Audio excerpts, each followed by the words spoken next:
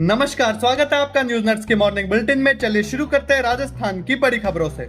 राजस्थान में अरावली को लेकर सियासत गर्म है। कांग्रेस प्रदेश अध्यक्ष गोविंद सिंह डोटासरा ने अरावली मुद्दे को लेकर कहा कि हम जल्द ही सड़कों पर उतरेंगे और आंदोलन के लिए भी रूपरेखा तैयार की जा रही है।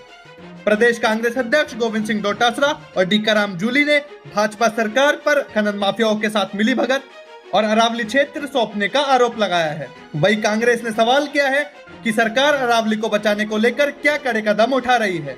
वही सिरोही जिले के लिए बड़ी राहत की खबर है। अब सिरोही जिले को रेल लाइन से जोड़ा जाएगा। रेल राज्य मंत्री रवनीत सिंह बिट्टू ने बताया कि मारवाड़ बागरा से सिरोही होकर स्वरूपगंज तक 96 किलोमीटर की नई रेल लाइन का काम अगले वर्ष चालू किया जाएगा। इस प्रोजेक्ट के पूरा होने के बाद सिरोही और उसके आसपास के इलाके बड़े शहरों से जुड़ सकेंगे और यात्रा और व्यापार में आसानी होगी। वहीं दौसा में दिल्ली मुंबई एक्सप्रेसवे पर मिली लाश का राज अब खुल गया है। पुलिस ने पाया कि पत्नी के अवैध संबंधों के चलते उसने पति की सुपारी दी थी और शूटरों ने उसको मारकर फेंक दिया था। आपको बता दें कि प्रेमी और शूटर पहले ही पकड़े जा चुके थे और मास्टरमाइंड पत्नी को बिहार से गिरफ्तार कर लिया गया है। यह पूरा मामला एक तरीके से फिल्मी स्टाइल में सामने आया था। वही सीकर के खाटू श्याम जी में नववर्ष के चलते भीड़ को देखते हुए 29 दिसंबर से 2 जनवरी तक वीआईपी दर्शन पूर्ण तरीके से प्रतिबंधित रहेंगे। सिर्फ प्रोटोकॉल वाले विशेष एंट्री से जा सकेंगे, बाकी सभी को आम श्रद्धालुओं की तरह लाइन में लगकर दर्शन करने होंगे।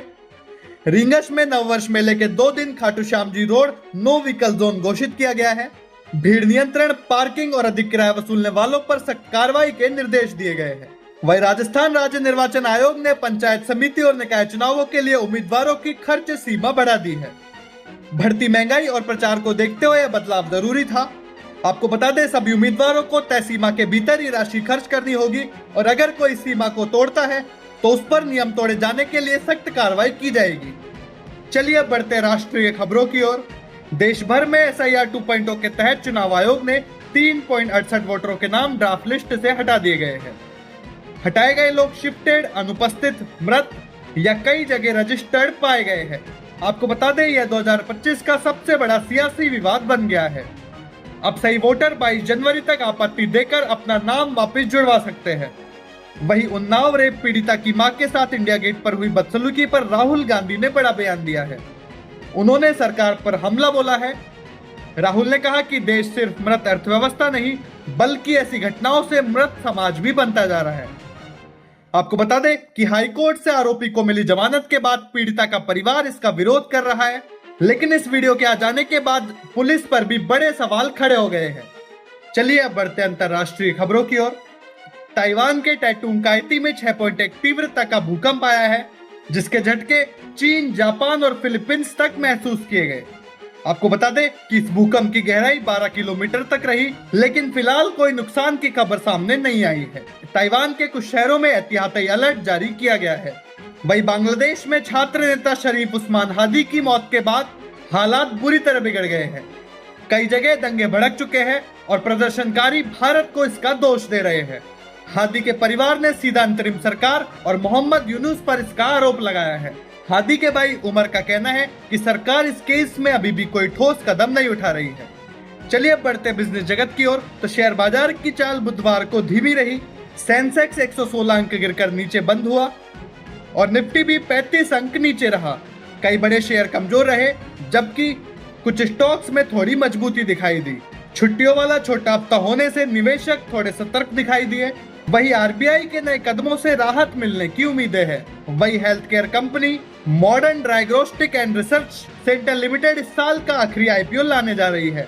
IPO 31 दिसंबर से खुल रहा है और निवेशक भी इसी दिन से बोली लगा सकेंगे।